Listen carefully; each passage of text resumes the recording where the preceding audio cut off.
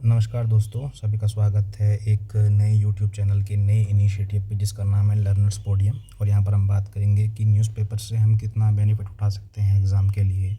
UPSC civil services हो या state PCS हो या अदर कोई एग्ज़ाम हो जिसमें हमको न्यूज़पेपर को अच्छे से एनालाइज करना, समझना किस तरीके से हमारे लिए इम्पोर्टेंट हो सकता है, फ़ायदेमंद हो सकता है। तो बात करते हैं आज के टॉपिक 18 जून 2025 के। तो कौन कौन से टॉपिक इसमें कवर करेंगे हम।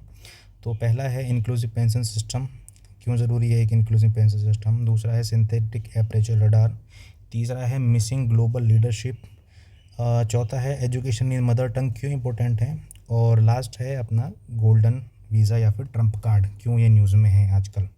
तो सबसे पहले बात करते हैं इंक्लूसिव पेंशन सिस्टम की। तो आखिर रिटायरमेंट के बाद ज़िंदगी सिर्फ गुजारना नहीं, इज्जत के साथ जीना भी ज़रूरी होता है। तो चलिए समझते हैं कि भारत का पेंशन सिस्टम किस हालत में है और हमें क्या करना चाहिए जिससे हर व्यक्ति, चाहे वो सरकारी नौकरी में हो या गिग वर्कर हो, रिटायरमेंट के बाद भी फाइनेंशियली सिक्योर रहे। तो पेंशन मैटर क्यों करता है। रिटायरमेंट के बाद इनकम तो बंद हो जाती है लेकिन खर्चे कम नहीं होते, बल्कि health care, old age issues, inflation जैसे फैक्टर्स की वजह से और बढ़ जाते हैं हमारे खर्चे। इसलिए पेंशन एक ज़रूरी सेफ्टी नेट बन जाता है डिग्निटी के साथ रिटायरमेंट के बाद जीने के लिए। तो क्या डाटा कहता है इंडिया का पेंशन डाटा। इकोनॉमिक सर्वे 2025-26 के हिसाब से भारत का पेंशन असेट जीडीपी का सिर्फ 17% है, जबकि विकसित देशों में ये 80% तक होता है। और सिर्फ 12% वर्कफोर्स ही फॉर्मल पेंशन स्कीम्स के अंडर आती है। पब्लिक और ऑर्गेनाइज्ड प्राइवेट सेक्टर के लोगों के पास कुछ स्कीम्स हैं, लेकिन 85% इनफॉर्मल सेक्टर के लोग, जिनके एफर्ट से देश का आधा जीडीपी जनरेट होता है, उनके बेसिक पेंशन प्रोटेक्शन नहीं है उनके पास। सिर्फ अटल पेंशन योजना और नेशनल पेंशन सिस्टम जैसी वॉलंटरी स्कीम्स हैं उनके लिए, लेकिन वो भी टोटल पॉपुलेशन का सिर्फ 5.3% ही कवर करता है। तो इसमें प्रॉब्लम्स क्या क्या हैं। तो सबसे पहले बात करेंगे इनफॉर्मल सेक्टर के लोगों को एक्सक्लूजन गैप एक बहुत बड़ा इशू है, जो कि एक्सक्लूड हो रखे हैं वो पेंशन सिस्टम से। ये एक बहुत बड़ा गैप है। गिग इकोनॉमी जैसे नए एम्प्लॉयमेंट मॉडल आ चुके हैं, जैसे कि स्विगी, जोमेटो, लेकिन पेंशन स्ट्रक्चर आउटडेटेड है। अलग अलग स्कीम्स चल रही हैं लेकिन एक कोहेरेंट सिस्टम नहीं है। कंपेयर करें जापान, न्यूजीलैंड या यूके से, उनके पास या तो यूनिवर्सल पेंशन स्कीम है या मैंडेटरी एनरोलमेंट सिस्टम है, जो हर सिटीज़न को कवर करता है। दूसरी प्रॉब्लम है अवेयरनेस और फाइनेंशियल लिटरेसी की कमी। वॉलंटरी स्कीम्स का एक बड़ा चैलेंज है अवेयरनेस का ना होना। इंडिया में फाइनेंशियल लिटरेसी काफ़ी लो है। जब तक लोगों को समझ नहीं होगी कि पेंशन क्यों ज़रूरी है, तब तक वो उसमें इन्वेस्ट भी नहीं करेंगे। ऑस्ट्रेलिया जैसे देशों में स्कूल लेवल पर ही प्लानिंग सिखाई जाती है पेंशन के या रिटायरमेंट के बाद। और नीदरलैंड्स जैसे देश में लोगों को पेंशन बेनिफिट्स की एनुअल रिपोर्ट मिलती है, समझे। और नाइजीरिया जैसे देश में डिजिटल पेंशन प्लेटफॉर्म बना है एक्सेसिबिलिटी बढ़ाने के लिए, और उससे बढ़ी भी है उनकी एक्सेसिबिलिटी। तीसरी प्रॉब्लम है फंड सस्टेनेबिलिटी और इन्वेस्टमेंट। सस्टेनेबल पेंशन फंड होना भी ज़रूरी है। मर्सर सीएफए पेंशन इंडेक्स 2024 के हिसाब से भारत का स्कोर सिर्फ 44% था और एडिक्वेसी रेशियो में गिरावट देखी गई। चाइना भी अपने पब्लिक पेंशन को चलाने में मुश्किल का सामना कर रहा है। प्राइवेट फंड्स के बिना सिस्टम टिक नहीं पा रहा, समझे। इसलिए प्राइवेट पेंशन मार्केट का भी डेवलपमेंट उतना ही इम्पोर्टेंट है। सॉल्यूशन क्या है। सॉल्यूशन होना चाहिए एक 3 टियर्ड इंक्लूसिव पेंशन सिस्टम। तो क्या है ये 3 टियर्ड सिस्टम। पहला है फर्स्ट ईयर, जिसमें कि एक मैंडेटरी पेंशन सबके लिए होनी चाहिए, चाहे एम्प्लॉयमेंट में हो या ना हो। सेकंड होना चाहिए सेकंड टीयर में एम्प्लॉयमेंट बेस्ड ऑक्यूपेशनल पेंशंस, जो ऑप्ट आउट हो सकते हैं लेकिन डिफ़ॉल्ट इनरोलमेंट के साथ। और तीसरा है voluntary saving options with tax benefits. यहाँ टैक्स बेनिफिट्स बहुत ज़रूरी है। और मार्केट लिंक्ड रिटर्न्स, जैसे म्यूचुअल फंड्स में हम लगाते हैं, उसमें मार्केट लिंक्ड रिटर्न्स होते हैं। मार्केट ऊपर ग्रो करती है तो ज़्यादा बेनिफिट मिलता है, कम होती है तो कम बेनिफिट मिलता है। तो इसलिए मार्केट लिंक्ड रिटर्न्स भी होने ज़रूरी हैं फ्लेक्सिबिलिटी के साथ। तो पॉलिसी मेकर्स को अब एक्शन लेना होगा। फाइनेंशियल लिटरेसी कैंपेन स्कूल और कॉलेज लेवल से ही शुरू होनी चाहिए। पेंशन एनरोलमेंट्स को डिजिटल बनाना होगा और ईजी बनाना होगा, और फंड परफॉर्मेंस पर ओवरसाइट करना होगा। अगर भारत को 2047 तक एक डेवलप्ड इकोनॉमी बनाना है तो हमें ओल्ड एज पॉवर्टी से लड़ना होगा, और पेंशन सिस्टम का रिफॉर्म उसके लिए सबसे ज़रूरी हिस्सा है। एडिशनल मेजर्स क्या ले सकते हैं हम, जैसे हमने अभी बात की, टारगेटेड फाइनेंशियल लिटरेसी कैंपेन चलाई जानी चाहिए स्कूल कॉलेज लेवल से। User friendly digital enrolment platforms होने चाहिए। Mandated annual disclosure of pension entitlements भी होना चाहिए और रोबस्ट इन्वेस्टमेंट होना चाहिए रेगुलेशन और ओवरसाइट के लिए। ठीक है, तो ये टॉपिक अब ठीक है दोस्तों, तो नया टॉपिक स्टार्ट करते हैं अभी इसके बारे में। ये है सिंथेटिक एपरेचर रडार। क्या है सिंथेटिक एपरेचर रडार, इसके बारे में हम बात करते हैं। क्या आप जानते हो कि स्पेस से धरती की सबसे शार्प इमेजेस कैसे ली जा सकती हैं, वो भी अंधेरे या बादलों में? इसका आंसर है सिंथेटिक एपरेचर रडार यानी कि SAR। ठीक है, तो ट्रेडिशनल कैमरास रोशनी या विजिबल लाइट का यूज़ करते हैं, लेकिन SAR एक रडार टेक्नोलॉजी है जो माइक्रोवेव पल्सेस भेजता है और फिर उनके बाउंस बैक होने पर उनकी इमेजेस बनाता है। ये टेक्निक तब भी काम करती है जब अंधेरा हो या बादल हो या धुंध हो। तो SAR का मतलब है शार्प इमेजेस एनी टाइम, अगर हम अपनी आम भाषा में समझे इसको तो। ठीक है, कैसे काम करता है? SAR के लिए एंटीना सबसे इंपॉर्टेंट पार्ट होता है। जितना बड़ा एंटीना उतनी अच्छी रेजोल्यूशन, लेकिन एक ह्यूज एंटीना लेके स्पेस में जाना मुश्किल होता है। इसलिए SAR एक स्मार्ट ट्रिक यूज़ करता है। एक छोटा एंटीना को सैटेलाइट पर मूव करवाकर मल्टीपल एकोज कैप्चर करता है। ठीक है, मल्टीपल एकोज कैप्चर करता है, फिर सॉफ्टवेयर उन सबको जोड़ के एक बड़े एंटीना जैसे इफेक्ट क्रिएट करता है। यही होता है सिंथेटिक अपर्चर, यानी डिजिटल जुगाड़ से बड़ा एंटीना बनाना। फ़ायदे क्या हैं इसके? तो ऐसे जो सिंथेटिक अपर्चर, इसको SAR बोलते हैं हम, SAR माइक्रोवेव का यूज़ करता है, तो क्लाउड्स, धुआं और हल्की बारिश पे भी इसे नहीं रोक सकते। इसलिए SAR से अर्थ का कंटिन्यूस मॉनिटरिंग पॉसिबल होता है 24/7। सॉइल, पानी, वेजिटेशन या मेटल सब कुछ माइक्रोवेव अलग तरीके से रिफ्लेक्ट करते हैं, जिसे SAR डिटेक्ट कर लेता है। ठीक है, तो ये है अपना SAR की ये कैपेबिलिटीज़ हैं, हमने पढ़ी। तो ये किसका मिशन है? ये तो जून 12 को नासा ने अनाउंस किया कि नासा और इसरो मिलकर एक जॉइंट मिशन ला रहे हैं जिसका नाम है निसार। ठीक है, तो ये सैटेलाइट पूरी धरती की लैंड और आइस सरफेस को हर 12 दिन में 2 बार स्कैन करेगा। ये मिशन हमें प्लेनेट का क्लाइमेट और इन्वायरमेंट के बारे में डाटा देगा, जो कि बहुत ज़रूरी होगा हमारे लिए। ठीक है, unrepresented amount of information about और प्लेनेट एंड इन्वायरमेंट। ठीक है, तो ये टॉपिक भी हो गया। अब अगले टॉपिक पे बात करते हैं। ये कुछ मैप की लोकेशंस हैं जो देखो न्यूज़ में चलते, एग्ज़ाम में UPSC में आता है कि भाई ये वाली लोकेशन कहाँ पे पड़ती है, ये वाली लोकेशन कहाँ पे पड़ती है।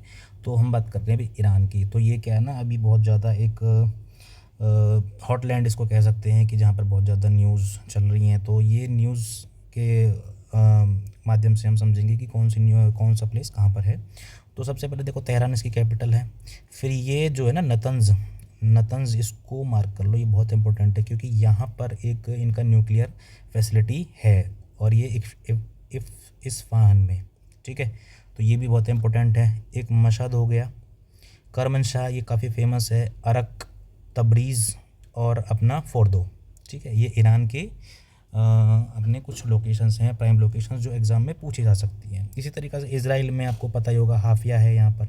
ठीक है, काफ़ी बार क्वेश्चन भी पूछ रखे हैं कि कौन सी बॉर्डर करती है, कौन सी नहीं करती है। तो ये सब हम पढ़ेंगे आगे चल के। ये रहा तेल अवीव, इजिप्ट यहाँ पे है, जॉर्डन यहाँ पे है, सीरिया यहाँ पे है और लेबनान इसके नॉर्थ में है। ठीक है, ये नॉर्थ ईस्ट में है आपका सीरिया। ठीक है, ये भी ईरान के इसराइल के अंदर ये है हर्जलिया और हकरिया, ये भी आप इसको मार्क कर सकते हैं। और एक बार क्वेश्चन आया था, एक उसका आया था शायद किसी बेस कैंप का, किसी कहीं पे, मुझे याद नहीं है कि एक्चुअल में क्या क्वेश्चन था ये, लेकिन ये शियान मिलिट्री बेस ईरान के अंदर है। ठीक है, वो किसी साउथ किसी चार्ट के कैंप का क्वेश्चन आया था 2022 में शायद, मेरे को याद नहीं है कौन से ईयर में आया था। तो ये लोकेशंस इंपॉर्टेंट हो जाती हैं एग्ज़ाम के लिए, प्रीलिम्स के लिए। ठीक है, तो नेक्स्ट टॉपिक पे बात करते हैं मिसिंग ग्लोबल लीडरशिप। 3 कन्फ्लिक्ट्स चल रहे हैं, यूक्रेन रशिया का, इंडिया पाकिस्तान का भी चल ही रहा है अभी, और इज़राइल का गाज़ा में और ईरान के ख़िलाफ़। ठीक है, तो ये इसके बारे में हम बात करेंगे कि ग्लोबल लीडरशिप कहाँ मिसिंग है। तो एक टाइम था जब कोल्ड वॉर के बाद अमेरिका को सबसे पावरफुल माना जाता था, यूनिपोलर वर्ल्ड था। ठीक है, सुपर पावर थी अमेरिका। कोल्ड वॉर के बाद डिसइंटीग्रेशन हो गया था USSR का, तो उस टाइम पे तो अमेरिका का बोलबाला था। पर अब है नहीं ऐसा, क्योंकि अब हमारी दुनिया जो हो चुकी है मल्टीपोलर। एक तरफ चाइना है, एक तरफ इंडिया है, एक तरफ इज़राइल है, एक तरफ अपना अमेरिका है, एक तरफ रशिया है। ठीक है, और जब बहुत सारे प्लेयर्स होते हैं तो एक स्ट्रॉन्ग लीडर नहीं होता। तो केओस बढ़ता है। गाज़ा, यूक्रेन और भी कई जगह डिस्प्यूट्स हैं, ये सब इसी बात का नतीजा है।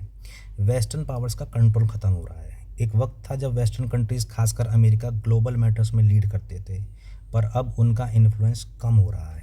चाइना और इंडिया जैसे नॉन वेस्टर्न पावर्स राइज कर रहे हैं। अमेरिका की मॉरल अथॉरिटी पर भी सवाल उठ रहे हैं, खासकर इराक और अफ़गानिस्तान वार के बाद। अफ़गानिस्तान से इनका विड्रॉल हो गया था, ट्रंप ने इसको तो पहले ही घोषणा कर दी थी कि भाई हम अफ़गानिस्तान से ड्रॉ कर लेंगे, तो उसके मॉरल अथॉरिटी पे अमेरिका के पे सवाल उठ रहे हैं। यूरोपियन पावर्स भी अब उतनी स्ट्रांग नहीं रही। ठीक है, एक टाइम था जब डेमोक्रेसी को हर जगह बढ़ाया जा रहा था, पर अब उसकी भी ग्रोथ स्लो हो गई है। ऑथोरिटेरियन मॉडल्स का बोलबाला बढ़ गया है।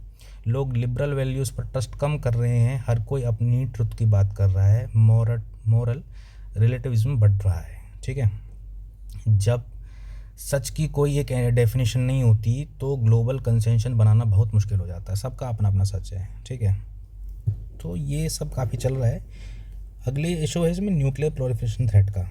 ठीक है, रशिया यूक्रेन वॉर, ईरान के न्यूक्लियर एम्बिशंस, ये सब फिर से न्यूक्लियर डिस्कशन को फ्रंट पे ला रहे हैं। सोचो अगर छोटे छोटे कंट्रीज़ के पास भी न्यूक्लियर वेपन्स आ गए तो डिटरेंस फेल होने का कितना बड़ा रिस्क है। और इन चीज़ों को रोकने के लिए कोई यूनिफाइड ग्लोबल रिस्पॉन्स नहीं है। और एक और बड़ी प्रॉब्लम है इम्प्यूनिटी और निहिलिज्म, यानी लोग बिना किसी डर के गलत काम कर रहे हैं और मॉरल बाउंड्रीज ख़त्म हो रही हैं। मॉडर्न प्रोग्रेस ने हमें एक अजीब कॉस्मोपॉलिटन सेंसिबिलिटी दी है, जहां हम यूनिवर्स वैल्यूज़ डिफाइन ही नहीं कर पा रहे हैं। नेशनलिज्म बढ़ रहा है, हम वर्सेस वो की फीलिंग स्ट्रांग हो रही है। ये सब बहुत डेंजरस है। ठीक है, अब फ्यूचर वॉर सिर्फ ज़मीन पर नहीं लड़े जाएंगे, ये कॉम्प्लेक्स होंगे, मल्टी डोमेन होंगे, जैसे cyber warfare, economic warfare. Global level पर मॉरल डिसएंगेजमेंट बढ़ रहा है, जिसकी वजह से क्लाइमेट चेंज या पेंडेमिक्स जैसे कलेक्टिव थ्रेट्स को टैकल करना और मुश्किल हो गया है। टेक्नोलॉजी और ग्लोबलाइजेशन ने सब कुछ फास्ट कर दिया है, अच्छी चीज़ें भी और बुरी चीज़ें भी। तो आगे का रास्ता क्या है? तो सवाल ये बनता है क्या करें। हमारा करंट ग्लोबल फ्रेमवर्क इन सब चैलेंजेस को मैनेज करने के लिए काफ़ी नहीं है। हमें एक रोबस्ट मार्केट मैकेनिज्म चाहिए जो टेक्नोलॉजिकल चेंजेस को ड्राइव करे और ग्लोबल प्रॉब्लम्स को सॉल्व करे। एक नए ग्लोबल ऑर्डर की ज़रूरत है। मॉरल डिक्लाइन को एड्रेस करना बहुत ज़रूरी है। Call for a new global order. ठीक है, in state of desire a new paradigm is needed. जो नया ग्लोबल ऑर्डर होगा वो मस्ट एड्रेस करना चाहिए मॉरल डिक्लाइन को, इंश्योर पब्लिक पार्टिसिपेशन करे और ट्रस्ट को बिल्ड करे। ठीक है, ठीक है, तो नेक्स्ट टॉपिक पे बात करते हैं, ये language of inclusion. Children thrive in their mother language but only if no one is left out. ये JS राजपूत जी हैं, इन्होंने लिखा है इस आर्टिकल को। तो ठीक है, बात करते हैं। तो मीडियम ऑफ इंस्ट्रक्शंस क्या होना चाहिए, यानी किस भाषा में बच्चे को पढ़ाया जाए जिससे उसकी जो लर्निंग है और ज़्यादा इफ़ेक्टिव हो। ठीक है, तो NEP 2020 का विज़न है कि 2020 NEP का पॉलिसी का कहना है, एजुकेशन पॉलिसी का, कि 2 से 8 साल के बीच के बच्चे नए लैंग्वेजेस को बहुत फास्ट सीख लेते हैं। इसलिए स्कूल्स में इंटरैक्टिव और इन्जॉयबल तरीके से सारी भाषाएं सिखाई जाएंगी। CBSE ने इस बात को भी सीरियसली लिया है, लेकिन JS राजपूत साहब एक इम्पोर्टेंट पॉइंट रेज करते हैं कि क्या सिर्फ CBSE एफिलिएटेड स्कूल्स तक सीमित रह जाएगी ये बात कि मदर लैंग्वेज में सिखाया जाए, या सभी स्कूलों में लागू होगा। ठीक है, तो रियलिटी क्या है गवर्नमेंट स्कूल्स की? ऑथर कहते हैं कि देश के मेजॉरिटी स्कूल्स में ना बुक्स हैं ना टीचर हैं। कई बच्चों की तो मातृभाषा तो स्कूल में बोलने में नहीं दी जाती। ठीक है, और सबसे शॉकिंग बात है, करीब 9 lakh teaching post government schools में खाली हैं। तो सवाल उठता है, जब टीचर ही नहीं है या ट्रेंड ही नहीं है टीचर्स, तो मल्टीलिंगुअल एजुकेशन का क्या फ़ायदा? हमें लगता है मल्टीलिंग्विज्म का मतलब है English plus Hindi plus regional languages. इसको मिसअंडरस्टूड किया गया है, लेकिन एक्चुअल में हर बच्चा कंफर्टेबल फील करता है अपनी मातृभाषा में। ज़्यादा इंग्लिश थोपने से पहले सोचना होगा कि क्या बच्चा सीख पा रहा है या सिर्फ वो रोट लर्निंग में उलझा हुआ है। JS राजपूत लिखते हैं, आज़ादी के बाद जब इंग्लिश को ज़बरदस्ती इम्पोज किया गया तब बहुत से फर्स्ट जनरेशन लर्नर्स ने ड्रॉप आउट कर लिया। ना वो समझ पाए ना वो बोल पाए। आज भी प्राइवेट इंग्लिश स्कूल्स को ब्राइट फ्यूचर्स का टिकट माना जाता है, लेकिन ग्राउंड रियलिटी या ये है कि प्राइवेट स्कूल्स में क्वालिटी एजुकेशन से ज़्यादा एक इल्यूजन बेच रहे हैं। ठीक है, फॉर्मर CGI JS वर्मा ने भी बोला था कि जो 10,000 B.Ed कॉलेजेस हैं या इससे ऊपर, वो सिर्फ डिग्री बेच रहे हैं। ऐसे में ट्रेन टीचर्स कहाँ से आएंगे? तो फिर असली प्रायोरिटी क्या होनी चाहिए, मल्टीलिंग्विज्म का प्रमोशन या क्वालिटी टीचर्स की रिक्वायरमेंट? सॉल्यूशन क्या है? राइटर कहते हैं let children learn in the language they are most comfortable with. जब वो अपनी भाषा में सीखेंगे तब वो खुद के लिए डिसीजन लेना सीख जाएंगे। ये उन्हें कॉन्फिडेंट, कंफर्टेबल, रिस्पॉन्सिबल और इंक्लूसिव सिटीजन बनाएगा। तो स्टूडेंट्स, ये देश की शिक्षा नीति तभी कामयाब होगी जब हर बच्चा फील करेगा कि स्कूल उसका अपना है। लैंग्वेज सिर्फ एक टूल है, लेकिन जब तक टीचर, ट्रेनिंग और इंटेंट नहीं होगा तब तक इंक्लूजन सिर्फ एक फैंसी टूल बन के रह जाएगा। ठीक है, तो ये बात करी हमने language of inclusion, mother tongue and education. अभी आपने रिसेंट में देखा होगा महाराष्ट्र के बीएमसी इलेक्शंस आ रहे हैं, तो उसमें भी अभी चल रहा है कि हिंदी को ड्रॉप आउट करो, हिंदी नहीं पढ़ाई जानी चाहिए, या तमिल इसके खिलाफ करते हैं प्रदर्शन कि भाई हिंदी नहीं थोपनी देनी चाहिए। तो ये भी हमारे इश्यूज़ हैं, कंट्री के पॉलिटिकल इश्यूज़, जो जिनकी वजह से हम सीख नहीं पा रहे हैं मदर टंग में। ठीक है, लास्ट टॉपिक है आज का, ट्रम्प कार्ड। ट्रम्प कार्ड क्या है? ये डोनाल्ड ट्रम्प जी, इन्होंने गोल्डन वीज़ा करके एक ट्रम्प कार्ड चलाया है। तो इससे वहाँ की सिटीजनशिप्स क्लेम्स कर सकते हैं, हम ले सकते हैं। तो पढ़ते हैं इसके बारे में कि क्या है ट्रम्प कार्ड। यूनाइटेड स्टेट्स के प्रेसिडेंट डोनाल्ड ट्रम्प ने लॉन्च किया है गोल्डन ट्रम्प कार्ड, जिसमें $5 मिलियन देके आपको यूएस परमानेंट रेजिडेंसी मिल सकती है।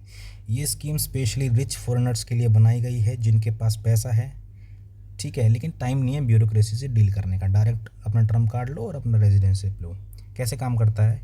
इस ट्रम्प कार्ड के थ्रू आपको ग्रीन कार्ड मिल सकता है बिना किसी EB-5 टाइप इन्वेस्टमेंट के। बस $5 मिलियन डायरेक्ट यूएस गवर्नमेंट को डोनेट करो और आपको मिल जाएगी परमानेंट रेजिडेंसी और वर्क राइट्स। ट्रम्प एडमिनिस्ट्रेशन का कहना है कि यूएस का बजट डेफिसिट कम होगा और $1 ट्रिलियन तक रेस कर सकते हैं अगर 2 लाख कार्ड इश्यूज़ हो गए तो। लेकिन इसके कुछ चैलेंजेस भी हैं। लीगल एक्सपर्ट्स कह रहे हैं कि यह स्कीम इलीगल हो सकती है क्योंकि यूएस कांग्रेस ने इसे अप्रूव नहीं किया है। इमिग्रेशन लॉयर्स कह रहे हैं कि ये कोई इन्वेस्टमेंट नहीं है, सिर्फ एक डोनेशन है। आप बस $5 मिलियन गिफ्ट दे रहे हैं गवर्नमेंट को, ऐसा कहकर काफ़ी लोग भी पीछे हट रहे हैं। डेमोक्रेट्स और रिपब्लिकन भी कह रहे हैं, कुछ रिपब्लिकन्स, कि ट्रंप के पास लीगल पावर नहीं है ऐसा कार्ड इशू करने की। ठीक है, तो ये है, लीगल अथॉरिटी भी नहीं है इनके पास। तो ये पढ़ा हमने ट्रंप कार्ड के बारे में। हो सकता है कहीं भी या कहीं आप इसको रिलेट कर सकते हो अपने कहीं क्वेश्चन में कि भाई किस तरीक़ा से सरकारें अपना फ़ायदा देखने के लिए इमिग्रेंट्स को इस तरीक़ा से टूल की तरह यूज़ करती है। ठीक है, तो आज की डिस्कशन इतनी ही है और हम बात करेंगे अगले डिस्कशन में अगले टॉपिक्स के साथ 19 जून के न्यूज़पेपर डिस्कशंस के साथ। तो ठीक है, अपना ध्यान रखिए, धन्यवाद।